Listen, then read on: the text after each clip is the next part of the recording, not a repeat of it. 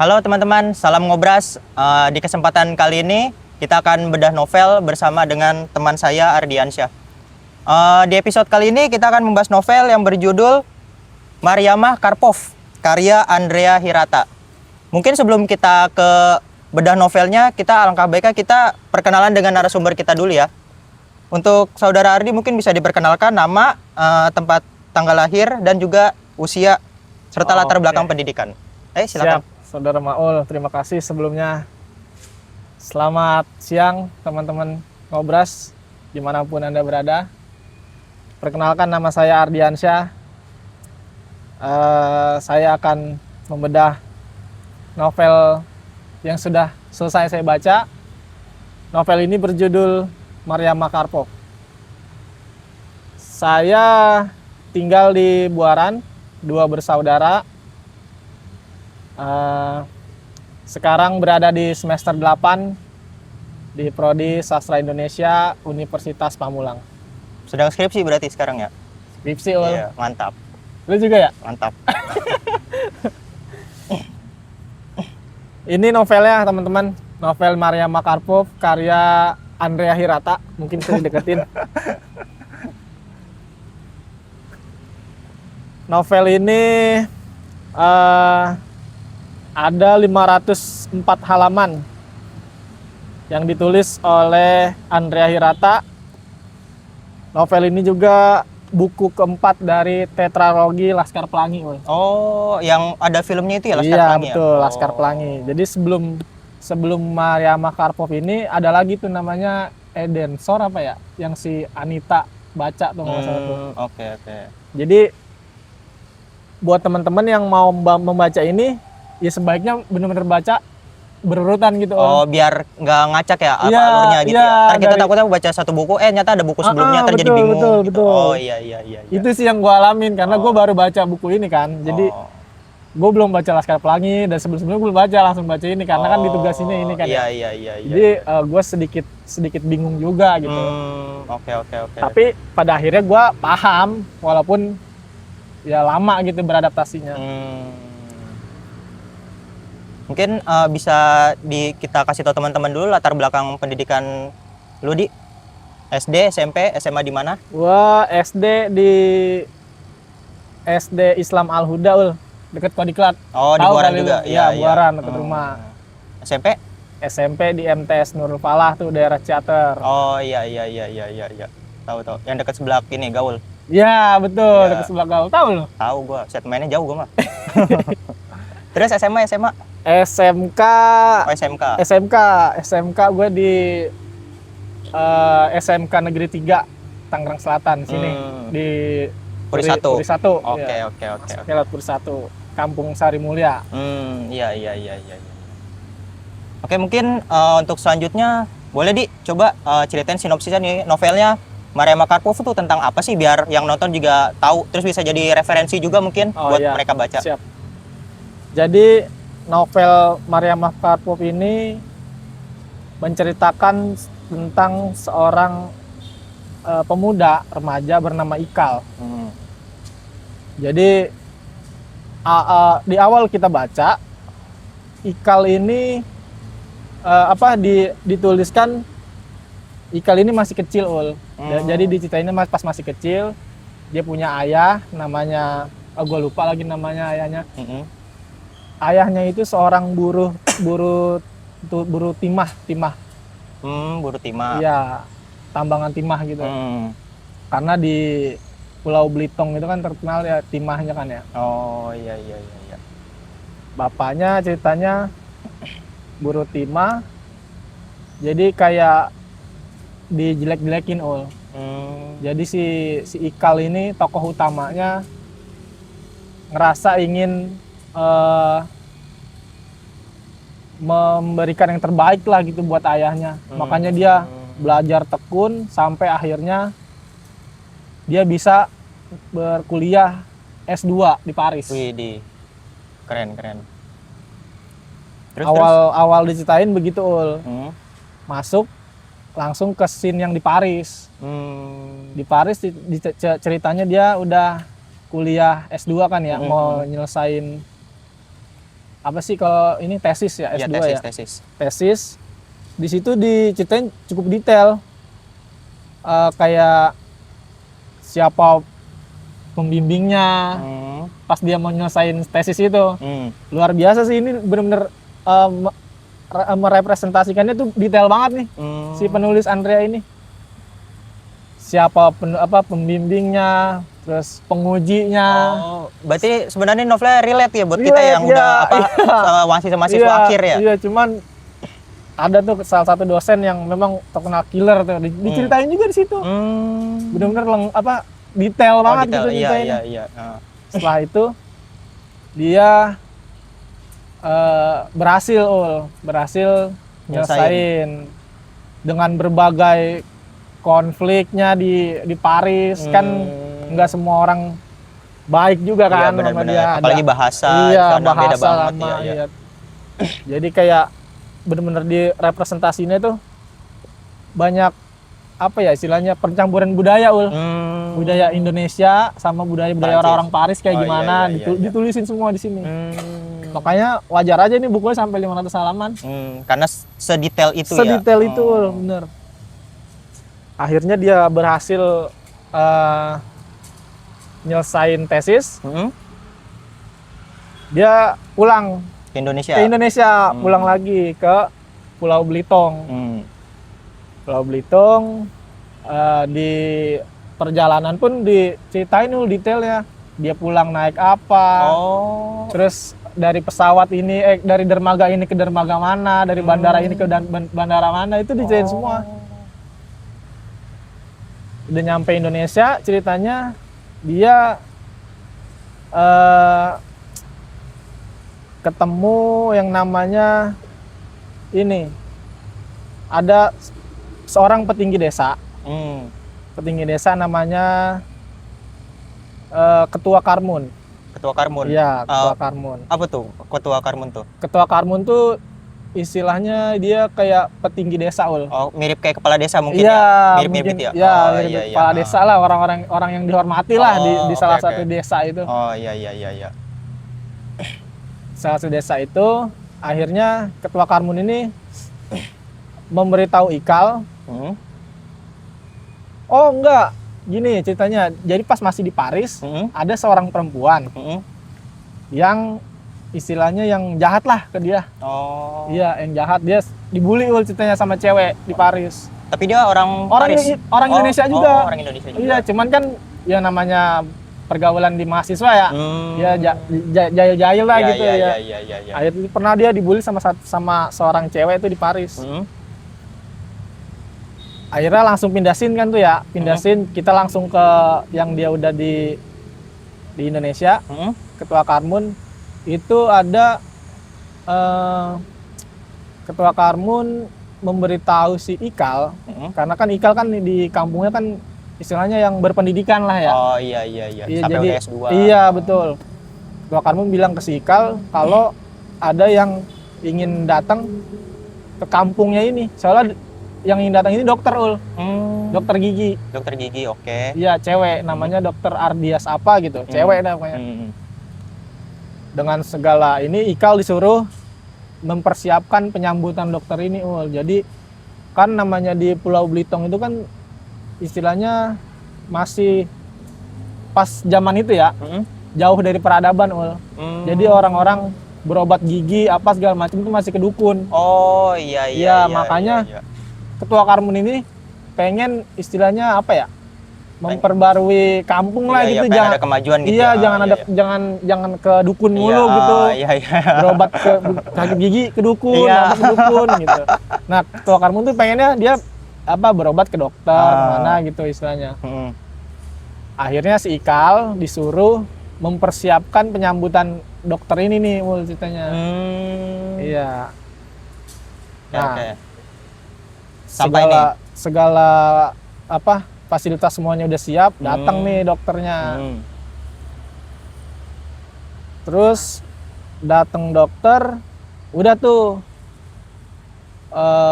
ada namanya pengobatan tradisional dukun gigi, namanya Atong kalau nggak salah dah. Oh, Atong.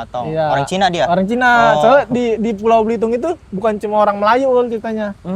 Banyak, ada orang Tionghoa, ada orang Melayu, banyak. Beragam ya, beragam. Beragam budaya ada di Belitung.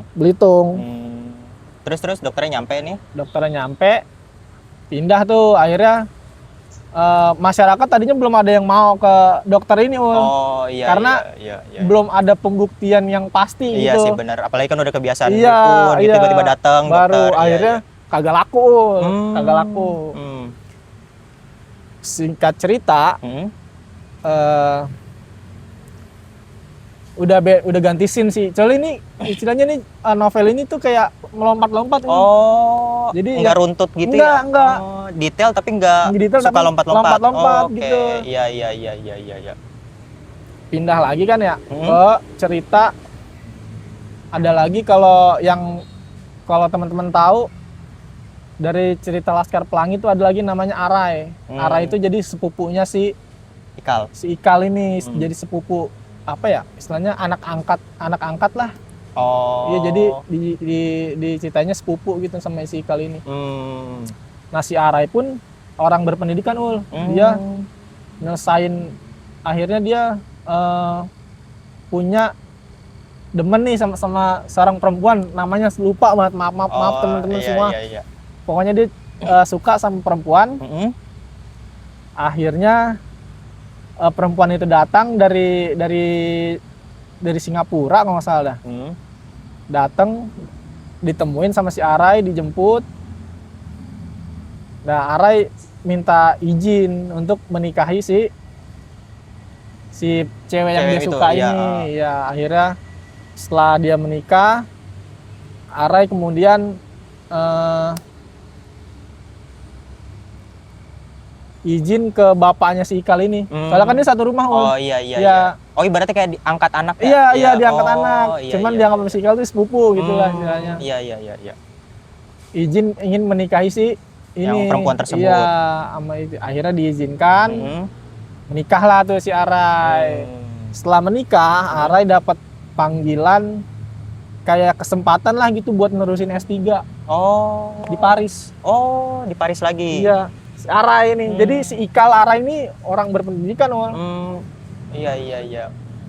Walaupun emang tinggalnya di kota yang nggak terlalu ini, tapi pendidikan tetap nomor satu. Betul. Oke. Terus mau ke Paris nih, kuliah lagi. Kuliah lagi dia di Paris. Ngajak istrinya itu tinggal di sana. Iya. Udah stop tuh di sini tuh. Akhirnya balik lagi ke si Ikal. Jadi si Ikal sendirian kan nih dia, tinggal Iya. di rumah. Iya. Akhirnya dia kayak istilahnya apa ya, gabut lah. Nggak tahu mau ngapain. Iya. Si Ikal punya demenan juga tuh cewek. Di Belitung situ juga? Iya. Namanya Aling. Aling tuh orang Tionghoa. Oh iya. Orang Hopok nggak salah. Jadi si Ikal ini udah lama Ul. Jadi tuh si Aling ini diceritainnya dari, ini kan buku tetralogi Laskar Pelangi ke-4 ya. Dari si tetralogi Laskar Pelangi ke-3 itu Aling udah apa ya istilahnya, udah pisah sama si Ikal ini. Oh. Jadi si Ikal itu udah ada rencana mau pencarian si Aling tuh dari tetralogi Laskar Pelangi ke-3 masalah dah. Iya. Oke. Pas terus selanjutnya akhirnya si Ikal punya misi ini misi buat nyari si Aling ini. Abis itu ada diceritain di situ, ceritanya ada mayat ada mayat di pinggir pantai. Ciri-cirinya itu sama kayak si Aling ini. Iya. Diselidiki sama si Ikal, katanya ini mayat-mayat bekas orang yang ingin pergi ke salah satu pulau. Yang ada di daerah Belitung sana, namanya Pulau Batuan. Katanya orang-orang yang pergi ke sana kalau nggak selamat ya pulang tinggal nama doang. Oh iya. Oh serem juga pulaunya. Iya, jadi Ikal nih nggak tahu kenapa punya firasat yang sangat kuat gitu kalau si Aling tuh ada di sana. iya. Udah gitu ya udah percaya kan nih Ikal udah percaya. Ikal langsung punya misi buat ke Pulau Batuan itu, Buat nyari si buat Aling nyari ini. si Aling. Akhirnya dia mikir kan gimana caranya gua kesana kan Iya, gitu ya. benar. Apalagi dengan segala resiko, katanya pulang tinggal nama doang. Betul. Terus cuaca juga kan di sana di tengah laut gimana? Iya, badai gitu-gitu. Badai segala macem iya, kan. Iya. Akhirnya si Ikal mikir nih gimana caranya gua kesana. Mikir. Kalau dia nyewa perahu, biayanya pun mahal. Oh. Kalau dia bikin perahu, lebih mahal lagi. Iya, apalagi butuh tenaga juga. Iya, akhirnya dia ambil resiko yang hampir mustahil lah, Ul. Apa tuh? Dia membuat perahu. Oh, membuat perahu. Oh, iya. Dia membuat perahu, itu pun nggak langsung buat, karena kan dia nggak punya modal. Oh iya, benar. Nah, terus gimana tuh dia cara ngebuat perahu? Dia kerja, kerja dulu. tambang timah. Oh, kayak bapaknya. Iya, lu bayangin, mahasiswa S2 Disuruh nambang. nganggur, Iya. Oh. milih kerja tambang timah. Benar. Itu kasihan dah. Iya. Makanya banyak yang relate dah Ul, sama zaman-zaman sekarang nih. Iya, benar. Kebanyakan sekarang ya sarjana. Iya, sarjana. nganggur. Iya, benar. Banyak tuh kasusnya tuh. Banyak. Banyak. Akhirnya si Ikal kerja, ngumpulin duit, udah kekumpul hampir cukup lah ya. Iya, buat kapal tuh. Iya. Akhirnya dia akhirnya banyak diremehin Ul dia sama orang si Ikal ini. Jadi orang-orang sana tuh budayanya tuh banyak yang taruhan. Oh. Jadi si Ikal ini dijadiin bahan taruhan. Oh, ini dia bisa nggak nih buat kapalnya nih? Kalau sampai dia bisa, ada yang pakai helm nggak dilepas-lepas 1 minggu. Lucu bener ya kalau lu baca. Iya. Ada yang nelan bola pingpong. Buset. Iya. Misalnya Aneh-aneh ya ininya ya taruhannya. Jadi Ikal berhasil apa enggak tuh ya pada ditaruhin sama dia. Iya. Sama orang-orang sana dan Iya. orang-orang sana pun punya nama lucu-lucu. Contohnya kayak apa tuh? Bentar. Ada nggak? Ada. 1 Jadi, atau 2 mungkin bisa disebutin. Orang-orang sana tuh punya nama sesuai kebiasaan dia. Oh, sesuai kebiasaan. 2, gue lupa lagi. Oh, sesuai kebiasaan ya. Berarti dia sering yang ngelakuin apa, Iya. nama julukannya ini nih gitu. Betul. Oh, iya. Unik sih, unik. Unik. Iya. Tapi itu buat anak-anak mudanya aja apa gimana? Yang kasih nama julukan itu? Semua. Oh, semuanya sampai orang tua gitu-gitu Iya. juga. Berarti emang udah kayak ibaratnya udah kayak tradisi budaya gitu ya? Iya, Dikasih betul, nama betul. julukan. Mana ya?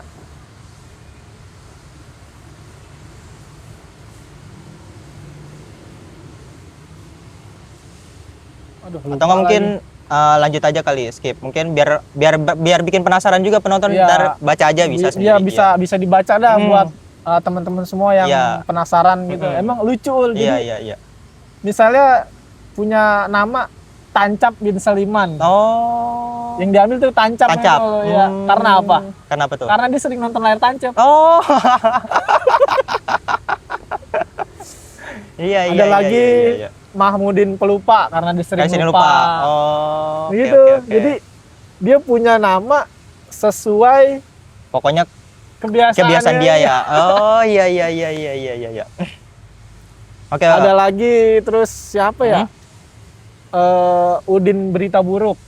Karena sering ngasih kabar ini buruk, Karena dia orang masjid, kayak istilahnya kayak marbot gitu. marbot masjid. Kalau ada orang meninggal dia sering beritain berita Oh, buruk. oh iya. Innalillahi, Oh, gitu.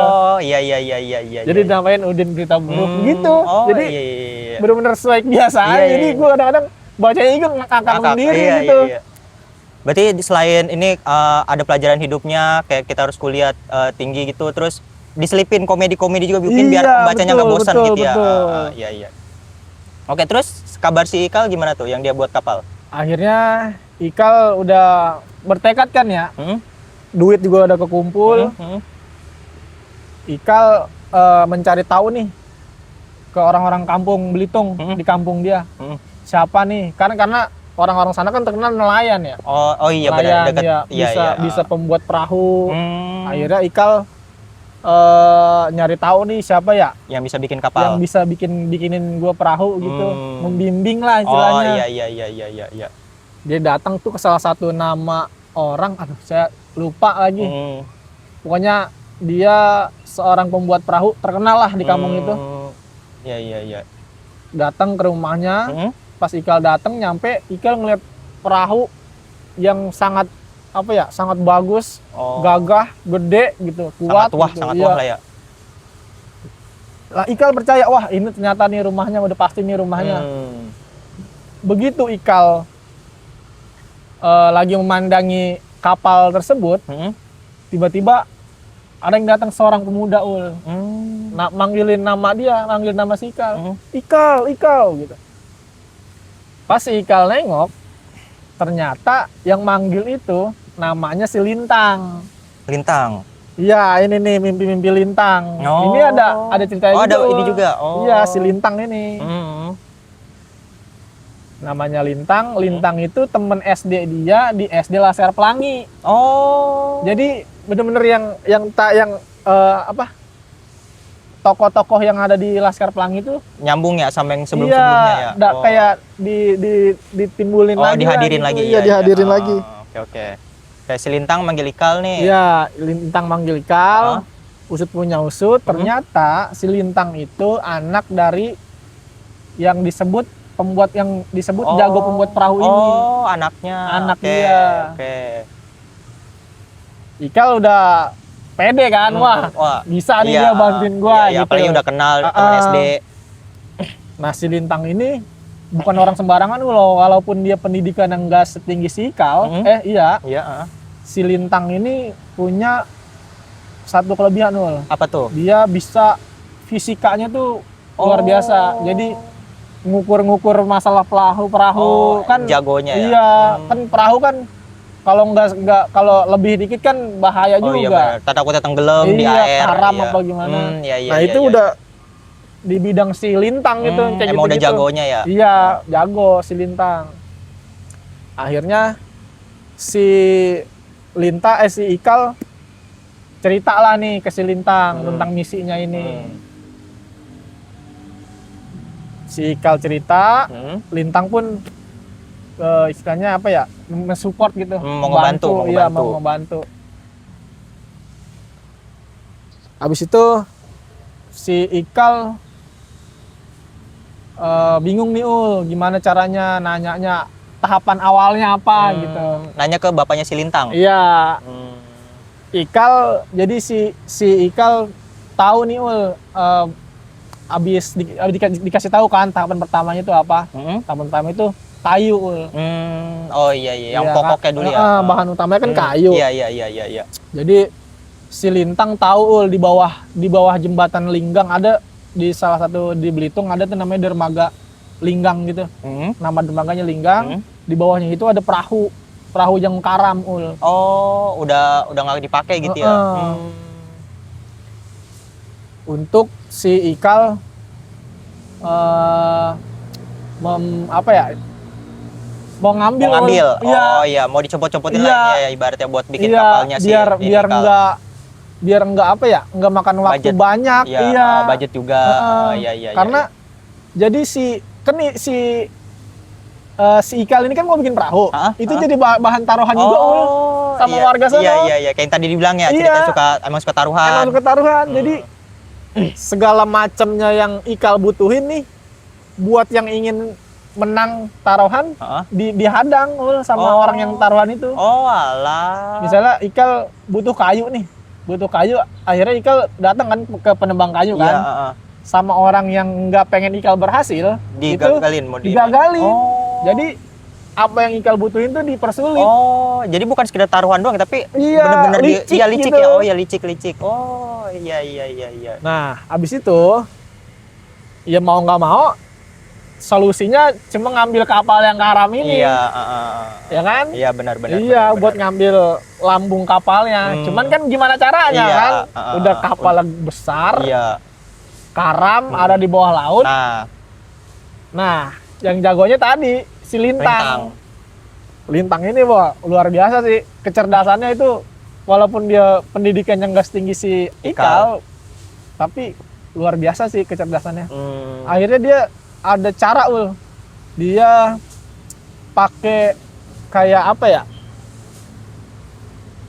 tong gitu, tong yang biru tuh. Oh iya. Pokoknya disebutin tong sih, karena tong itu kan dalamnya kan ini ya kosong gitu ya, bisa ngambang kan. Iya benar. Iya. Dia nyari tuh tong kayak gitu di pengepul gitu, di sana banyak. Jadi dia tongnya itu dibawa ke tong angin itu diambil dikedapin udara lah. Buat bisa masuk ke dasar laut dulu nih. Iya. Jadi pas udah beberapa tong masuk ke laut, baru diisiin udara. Jadi kan tongnya kan langsung naik, ngangkat kan. Percobaan pertama gagal. Gagal itu dulu. Di dermaga itu diliatin orang. Warga situ juga pada ngeliatin tuh. Yang pada taruhan itu pada nontonin. Iya. Set deh. Wah, rame itu. Jadi imajinasi gue bayangin ya. Iya. Orang lagi berusaha, nih orang pada ngeliatin doang. Iya. Terus gagal kan, percobaan pertama gagal tuh yang taruhan si gagal pada seneng. Iya. Yang kedua gagal, ketiga gagal, sampai beberapa kali percobaan gagal. Banyak percobaannya. Banyak. Karena kan nggak gampang, Iya. Karena tuh kapal gede banget katanya. Ya diceritain di sini tuh kapalnya gede. Akhirnya udah hampir putus asa nih. Karena gagal terus. Iya. Si yang putus asa Ikal. Si Ikal apa si Lintang? Ikal kayaknya dah. Ikal udah hampir putus asa. Karena kan ini idenya si Lintang kan. Iya. Akhirnya Lintang mencoba, ya udah coba sekali lagi. Kalau emang ini nggak bisa, ya kita pasrah aja istilahnya gitu. Udah mau nyerah dia tuh. Udah mau nyerah. Dicoba sekali lagi. Yang dengan teknik dan cara yang bener-bener bener-bener akurat lah gitu. Iya. Akhirnya keangkat. Bisa akhirnya. Akhirnya. Iya. Jadi tuh orang-orang yang taruhan itu tuh kena hukuman. Iya. Karena pengennya gagal. Iya. Terus gimana tuh? Setelah keangkat, ya dibersihin lah tuh ya kapal-kapal bekas ya kan, karena udah karam puluhan tahun kan. Iya. Dibersihin segala macem. Dikasih layar lagi. Akhirnya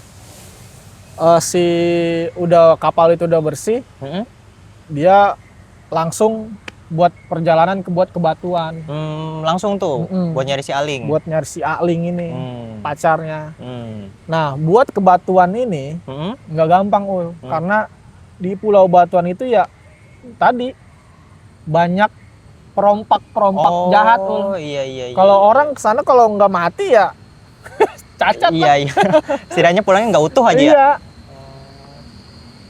Ada perompak jahat terkenal namanya Tambok yang menghuni Pulau Batuan. Iya. Jadi ada lagi dukun namanya Tuk Bayantula. Jadi kalau orang ingin selamat ya, sebelum ke Batuan, ke dukun itu dulu. Iya. Ikal dikasih tahu sama siapa gitu ya, saya lupa. Pokoknya dia harus ke dukun itu dulu. Biar selamat. Iya. Tuk Bayantula namanya. Terus Ikal ke sana nih, ke dukunnya. Ke dukun dulu, ke dukun Tuk Bayantula itu. Akhirnya sampai ke Tuk Bayantula nih. Jadi Tuk Bayantula itu ya dukun yang benar-benar sakti lah istilahnya. Sampai si Tambok pun istilahnya nggak berani gitu. Sama si Tuk Bayantula ini. Dukun kan ya, Tuk Bayantula dukun, sampai ini ceritanya. Dengan segala macam rintangan. Iya. Sampai ke Tuk Bayantula. Tuk Bayantula akhirnya awalnya kagak nerima kagak mau. Kenapa tuh? Karena dia nganggep si Ikal ini apa sih orang biasa, ngapain lu ke Batuan gitu. Iya. Iya, Nah, iya, jadi iya, si iya. Ikal ini kagak sendiri belayarnya. Ada Sama. yang namanya si, aduh saya lupa lagi. Oh, bukan Lintang yang ikut nih. Lintang berarti nggak ikut nih? Lintang gak ikut. Oh, Lintang nggak ikut. Kirain Lintang ikut nih sama si Ikal. Tapi ini yang ikut si Ikal nih temennya juga. Temennya si Ikal. Iya, teman-teman SD Laser Pelangi juga. Oh, sama. Namanya si Mahar. Oh, Mahar Iya, namanya. Mahar ini dia punya perilaku yang agak sedikit aneh, tapi perilakunya itu kadang-kadang terjadi gitu, Ul. Oh. Jadi dia ikut semacam ilmu hitam juga. Oh, alah. Mirip-mirip Mahar cenayang ini. gitu ya. Iya, jadi makanya si yang diajak si Mahar, karena si Mahar pengen ketemu sama Tuk Bayantula ini. Oh. Tuk Bayantula ini istilahnya panutannya si Mahar itulah. Oh, iya, iya. Karena kan iya, si Mahar iya. kan dukun juga Iya, kan. iya, iya. Oh. Dukun ecek-ecek lah itu kalau kata bahasa kita mah. Si Mahar pengen memperdalam ilmu Iya, perdukunan itu. iya, makanya si Mahar ikut Oke, oke. buat nemuin Tuk Bayantula. Heeh. Jadi makanya diajak lah tuh si Mahar sama si Ikal. Heeh. Tadinya kan si Ikal nggak diterima kan nih Iya, sama Tuk Bayantula. iya, Lu benar. ngapain sih mau ke Batuan? Iya. Itu bahaya gitu. Nah, berhubung si Ikal ajak si Mahar ini, Mahar punya apa ya, buah tangan dari Belitung. Aneh-aneh lah itu diceritain. Ada cicak mati lah, toke berkaki 3 lah. Oh. Gitu, jadi yang bener-bener aneh lah Iya, gitu iya, di dunia perdukunan. Oh, ibaratnya kayak ngasih sajen gitu Iya. ya. Satu sajen nggak tertarik, yang kedua nggak tertarik juga, yang ketiga nggak tertarik. Tertariknya sama apa? Apa? Sama TV apa gitu kecil katanya. Sama TV? Iya, sama teknologi, karena kan di pulau itu kan, di tempat situ Bayantula itu kan masih benar-benar jauh dari peradaban Oh, kan. iya, masih di Jadi belakang ya. iya, jadi dia sama benda-benda keramat gitu udah biasa. Oh. Malah sama teknologi ini yang dia Iya, tertariknya aneh, ya. tertarik. Oh. Akhirnya si Tuk Bayantula luluh tuh berkat si Mahar. Berkat si Mahar minta izin lah nih si Ikal buat ke Batuan. Itu pun memohonnya pun dengan sangat memohon tuh si Ikal. Karena ya bisa tuh biar dia selamat juga kan di Batuan. Akhirnya diizinin nih sama Tuk Bayantula ini. Berangkatlah dia ke Batuan. Di perjalanan dia kena badai, kena badai berapa hari gitu. Kan dia pergi duluan ya. Si Ikal pergi duluan. Oh, berarti nggak bareng sama si Mahar nih? Ikal sama Mahal nih satu kapal, pergi duluan. Nah, si Tuk Bayantula nih belakangan. Oh, nyusul. Perginya iya, ngapa-ngapa pas si Ikal sampai sono, si Tuk Bayantula itu udah ada di sono tiba-tiba. Waduh, canggih juga. Itulah kekuatan dukunnya. Iya. Akhirnya datang ke sana kayak istilahnya negosiasi lah. Negosiasi nih, ada orang nih mau kemari mau nyari si ini si Aling itu kan. Akhirnya sama si Tambok ini dikasih waktu cuma 3 hari. Oh, buat nyari si Aling itu. Buat nyari si Aling ini. Hari pertama gagal, kagak ketemu. Dia udah nanya-nanya ke orang-orang sana, nunjukin foto. Karena kan diceritain di situ kan si Ikal ini berpisah sama si Aling udah lama. Jadi si Ikal ini cuma punya foto pas si masih Aling kecil. pas masih kecil. Oh iya. Atau susah gitu mah ya. Susah. Iya, orang udah gede. Orang udah gede nih sekarang. Pasti beda dong mukanya. Iya pasti beda. Makanya orang pada nggak kenal kan. Iya. 1 hari gagal. 2 hari gagal. Sisa hari terakhir nih. Hari terakhir nih, hari ketiga. Pada siang harinya dia masih gagal, Oh. Ya dia nggak mau nyerah dong hari terakhir. Iya benar. Sampai malam dia, Sampai malam udah diperingatin nih, ini hari terakhir kamu nih. Kalau sampai malam kamu belum dapat, pulang. Kamu harus pulang, kalau nggak bunuh. Iya, Dibunuh langsung, udah kagak ada ini lagi. Nggak ada kompromi ya. Akhirnya udah karena dia kan di Pulau Batuan itu kan ada pulau-pulau kecil, banyak pulau-pulau kecil di sekitarnya situ ya. Iya. Dia datang tuh ke salah satu pulau namanya Pulau Kuburan. Pulau Kuburan. Itu pulau terakhir yang dia datengin. Oh. Pulau Kuburan, dia sampai Pulau Kuburan ada seorang ibu-ibu kayak penghuni pondok lah, pondokan di sana. Dia nanya ibu kenal ini enggak gitu kan. Oh ini saya nggak kenal. Akhirnya kan si Ikal ngelihat tuh di dalam pondokan itu ada cewek yang ciri-cirinya itu dia kenalin banget dah dari rambutnya, tubuhnya. Karena kan si ibu-ibu kan ditunjukin cuma foto kecil ya kan, nggak tahu itu Aling apa bukan. Iya, Akhirnya si Ikal ngelihat cewek disamperin sama dia ke dalam. Ceweknya tuh lagi tengkurap. Tengkurap lemes gitulah. Disamperin. Begitu disapa sama si Ikal, wah kaget dia. Itu cewek yang selama ini dia cari bertahun-tahun. Akhirnya juga. Ketemu si Aling di situ. Ketemu, wah itu diceritain situ si Ikal sampai itu adegan haru lah ya. Iya haru banget dah. Si Alingnya juga diceritain sampai nangis segala macem. Pokoknya merepresentasikan itu benar-benar detail, dia nangisnya kayak gimana, perasaannya tuh kayak gimana. Diceritain dengan jelas ya.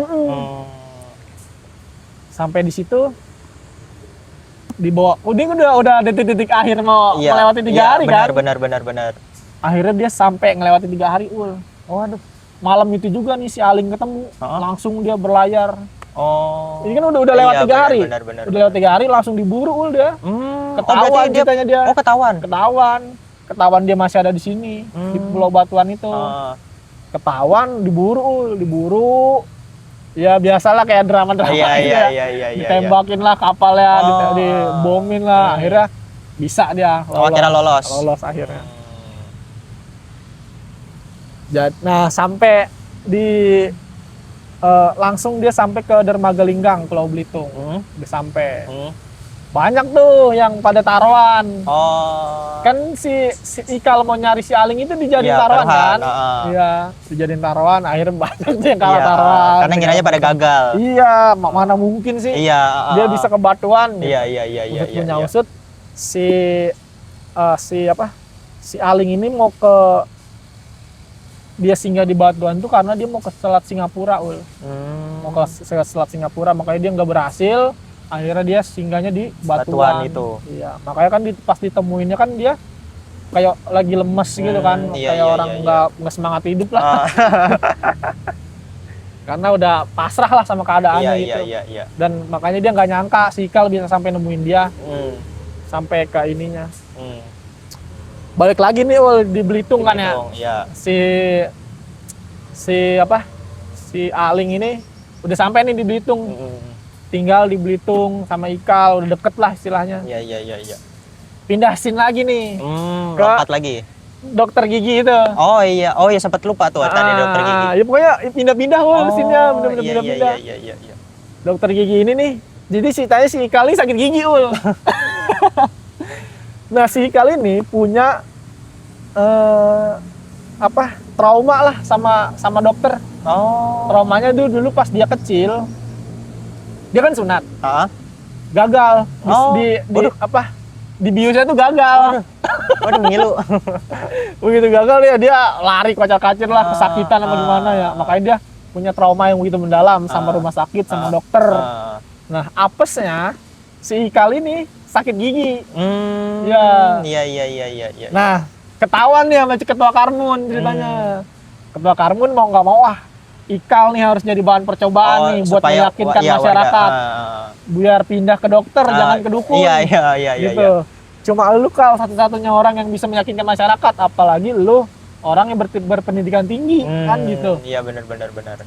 Akhirnya ya Ikal bilang dia mau sampai mati pun dia nggak mau karena dia punya trauma yang begitu mendalam sama dokter sama rumah sakit itu. Nah Ketua Karmun bingung nih gimana ya caranya ya buat gua ngaduin si Ikal, bujuk si Ikal. Nah, si Mahar pinter, Mahar ngasih tahu Ketua Karmun. Buat ngaduin si Aling. Bujuk si Ikal.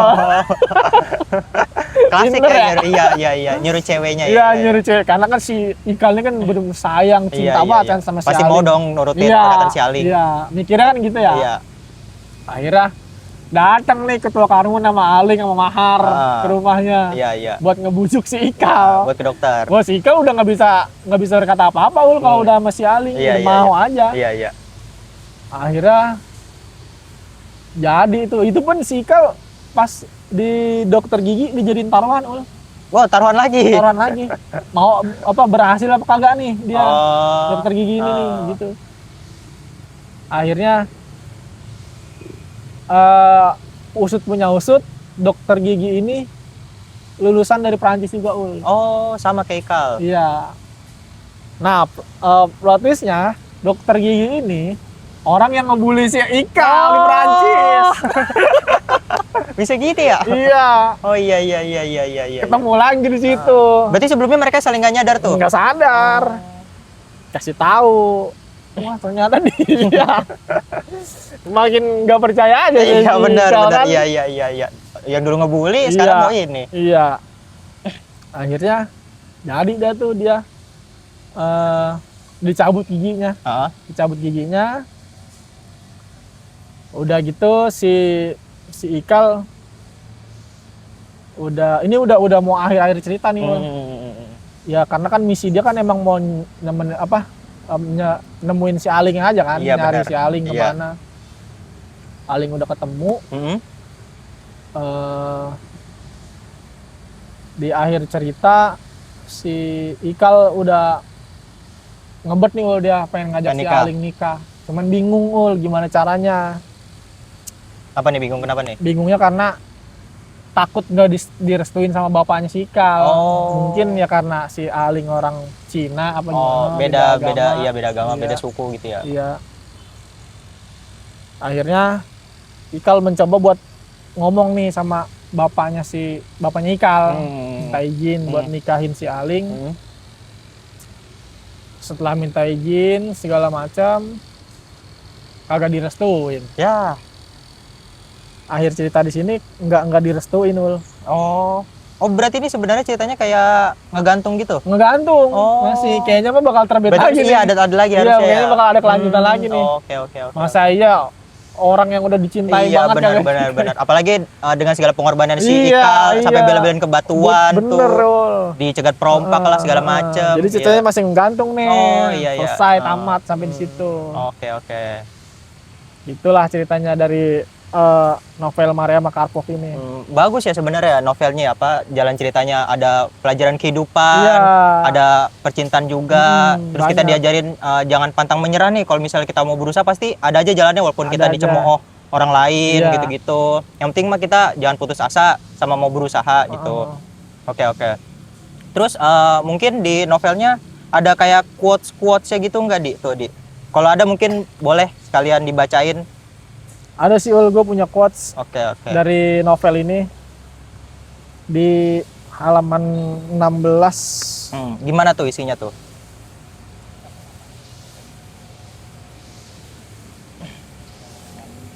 Bunyinya gini teman-teman. Sejak kecil setiap segi dalam hidupku meski diperjuangkan seperti perang. Menyerah adalah pilihan yang menghinakan bagiku. Jadi kutipan ini nih relate banget ul sama kehidupan gue waktu kecil ul. Karena makanya gue demen banget nih sama kutipan ini nih. Iya, Karena apa ya, gue waktu kecil juga begitu susahnya ya ul ya. Orang tua, bapak gue cuma seorang kuli bangunan, emak gue juga kuli cuci. Jadi apapun yang gue pengen ya harus gue perjuangin sendiri gitu. Iya. Kalau enggak ya mana bisa nggak gue. bisa dapet. Iya. Apa yang gue pengen tuh nggak bisa ul. Kayak gue masuk kuliah aja ul nih. Gue sampai jadi kurir dulu. Demi bisa kuliah. Oke. Jadi waktu itu kan COVID ya. COVID, ngojek juga sepi kan. Gue nge-grab kan. Oh iya benar. Gue nge-grab, ngojek sepi. Bingung nih ul. Mau gimana nih gue caranya kuliah. Akhirnya gue nanya nih sama temen gue. Ada lowongan gak nih kerja? Apa kayak gitu? Gue mau dah. Gitu. Ya, yang penting gue bisa kuliah iya, aja. yang penting gue punya duit buat daftar kuliah nih. Akhirnya, jadi ada nih mau nggak? Cuma mau jadi kurir nggak lu? Kurir di salah satu ekspedisi lah. Ya udah, gas kata gue. Oke. Jadi dia tuh dulu mana HP gue jelek banget kan. Advan gue inget banget. Sampai gue Advan jelek banget tuh buat nyeken kan susah. Apa kentang mah. Bener. Iya. Wah, itu bener-bener perjuangan sih. Akhirnya gue dapet 9 hari kayaknya dah gue. Oh 9 hari, 9 hari aja. Karena cuma ini kan part time doang kan. Oh part time doang. Dibutuhin pas lagi gudang lagi overload doang tuh. Jadi butuhin banyak kurir buat perbantuan doang gitu lah ibaratnya ya. Perbantuan buat ngabisin itu.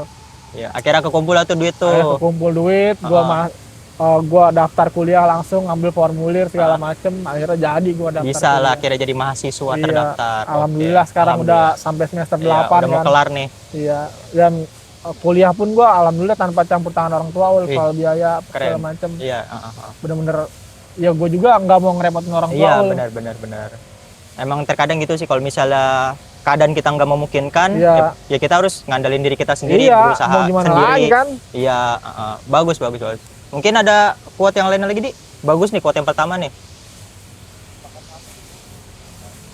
Jadi ada lagi nih yang kedua. Oke. Boleh coba di kutipannya kayak gini. Di sini atas nama harkat kaumku, martabat ayahku, kurasakan dalam aliran darahku saat nasib membuktikan sifatnya yang hakiki bahwa ia akan memiliki para pemberani, akan memihak para pemberani. Jadi gue ambillah di atas nama harkat kaumku, dan martabat ayahku. Gimana tuh maksudnya tuh? Jadi gue demen banget nih sama quotes yang kedua ini karena apa ya?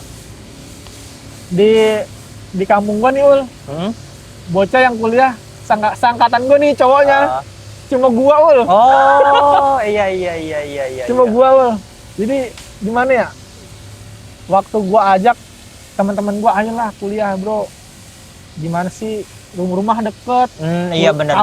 Iya Buara dia deket banget iya benar. Buat ngubah apa ya? Masa depan lah buat lebih baik setidaknya. Jangan umur masih muda. Iya benar. Udah sibuk kerja segala macam. Boleh kerja boleh. Iya, cuman bagus. Unpam kan bisa kelas malam. Iya benar.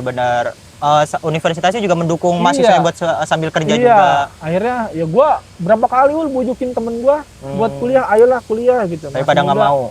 Pada nggak mau susah. Kan buat ngubah nasib kan cuma bukan cuma ya, buat memperluas kemungkinan kita bisa sukses kan bisa jalan kuliah. Iya, bisa menambah relasi mungkin nanti di kampus ketemu siapa.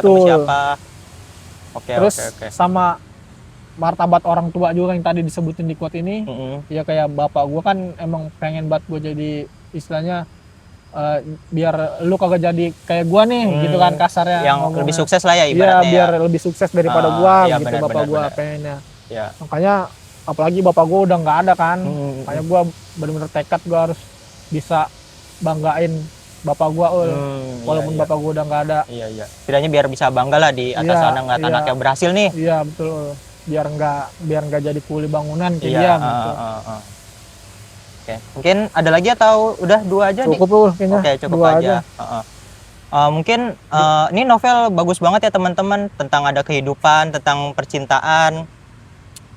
Mungkin buat Ardi ada pesan gitu mungkin buat teman-teman mahasiswa yang di bawah kita yang semester awal-awal buat gimana sih caranya buat tingkatin minat membaca kan. Generasi sekarang kan kayak susah banget nih baca nih. Kayak ngeliat buku aja aduh udah ngantuk lah, udah pusing lah, udah malas duluan. Ada nggak sih Di kayak tips-tipsnya gitu buat orang supaya menimbulkan minat bacanya? Kalau tips menurut gue ya menurut gue cari novel yang benar-benar kita suka dulu nih. Oh iya yang benar-benar relate lah sama kehidupan, sama apa yang kita suka. Misalnya kayak tentang percintaan, tentang perjuangan, yang genre-genre itu yang masuk ke kita. Jadi setelah kita baca, ya kita suka gitu kan emang setelah kita baca cuma enak gitu dibacanya. Iya. Jadi nggak karena terpaksa ya. Iya benar-benar. Kalau menurut gue sih novel ini bagus merepresentasikan itu bagus, cuma menurut gue ya bahasanya tuh bahasa yang dipakai itu cukup rumit. Jadi mungkin orang yang nggak biasa baca agak susah nangkepnya gitu ya maksudnya gitu ya. Oke. Karena ya luar biasa lah Andrea Hirata ini. Jadi menggunakan bahasanya tuh bahasa yang benar-benar tinggi lah gitu. Iya. Tinggi tapi mungkin nggak susah-susah banget buat diterjemahin jadi dimengerti. Cuman bahasa itu tinggi. Oke. Iya benar. Dan beberapa kan si Anita juga kan dia tetralogi pelangi juga kan, buku si Andrea Hirata, si Anita. Pas begitu gue tanya, iya dia juga ngakuin gitu karena emang si Andrea ini menggunakan bahasa yang cukup tinggi. Iya. Kayak bagi yang pembaca baru gitu, baru baca, kalau baca ini ya pusingnya. Oh iya. Mungkin agak berat ya buat pembaca awal-awal. Mungkin yang ringan-ringan gitu ya. Mungkin kayak bisa contohnya kayak novel Dylan gitu ya kan, kayak romantis gitu. Apalagi Pidi Baik kan bahasanya kan lumayan ringan-ringan nih, nggak terlalu berat-berat banget. Oke, jadi mungkin saran atau tips dari Ardi. Oke, ada lagi? Ada lagi sih Ul, kayak relate novel ini sama kehidupan zaman sekarang. Oh iya. Gimana tuh? Jadi novel ini kan menceritakan tentang si Ikal yang mungkin yang gua ambil awal-awalnya Ul ya, yang dia memperjuangkan harkat martabat orang tuanya biar kagak dianggap sebelah mata lah sama warga kampung sampai sana. Kuliah ke Perancis. Iya, bagi gua itu bener-bener apa ya, satu perjuangan yang relate Ul pada zaman sekarang Ul. Iya, benar. Jadi gua punya temen, dia orang timur sana Ul. Bapaknya di sana cuma orang nelayan. Dia di sini tadinya ngekos. Dia di sini. Karena orangnya rajin segala macam di masjid, akhirnya dia tidur di masjid sekarang. Sambil kuliah dia. Keren. Iya, dia merantau dari orang timur sana lah. Gue tanya, kenapa sih lu merantau jauh-jauh kemari? Ya karena gue pengen ngubah keadaan gue. Bapak gue di kampung cuma nelayan. Oke. Emak gue cuma petani, yang duit nggak seberapa. Makanya gue punya tekad buat merubah nasib nasib keluarga gua di sini. Biarin gua jauh dari orang tua sementara. Iya, benar. Di situ gua langsung kayak deep banget, nyentuh banget. Langsung kayak ketampar gitu ya. Iya. Astaga, gua yang deket gini kadang-kadang gua males kuliah gitu. Benar. Langsung gua mikir kayak gitu, wah iya. Setelah gua baca yang di awal ini, wah bener banget nih, kayak relate banget ya sama-sama keadaan sekarang gitu. Banyak, apalagi kan mahasiswa Unpam kan banyak juga kan yang dari luar provinsi, kan dari orang timur juga kan banyak kan. Iya, benar. Iya, yang nggak lain nggak bukan kan, tujuannya kan cuma pengen mengubah keadaan. Iya, mengubah keadaan. Iya, benar. Biar lebih baik dari sebelumnya. Iya. Walaupun kuliah tidak menjamin kesuksesan, cuman bisa membuka peluang lebih besar buat menuju kesuksesan gitu. Iya. Semuanya tergantung lagi kepada kitanya juga, gimana kita ke depannya. Iya. Oke. Udah itu aja mungkin tipsnya. Oke, teman-teman, mungkin sekian bedah novel kita kali ini yang berjudul Mariamah Karpov, karya dari Andrea Hirata. Ini novel bagus banget teman-teman. Mungkin teman-teman kalau ada yang berminat bisa dibaca novelnya. Tuh, oke, teman-teman. Dadah. Salam literasi.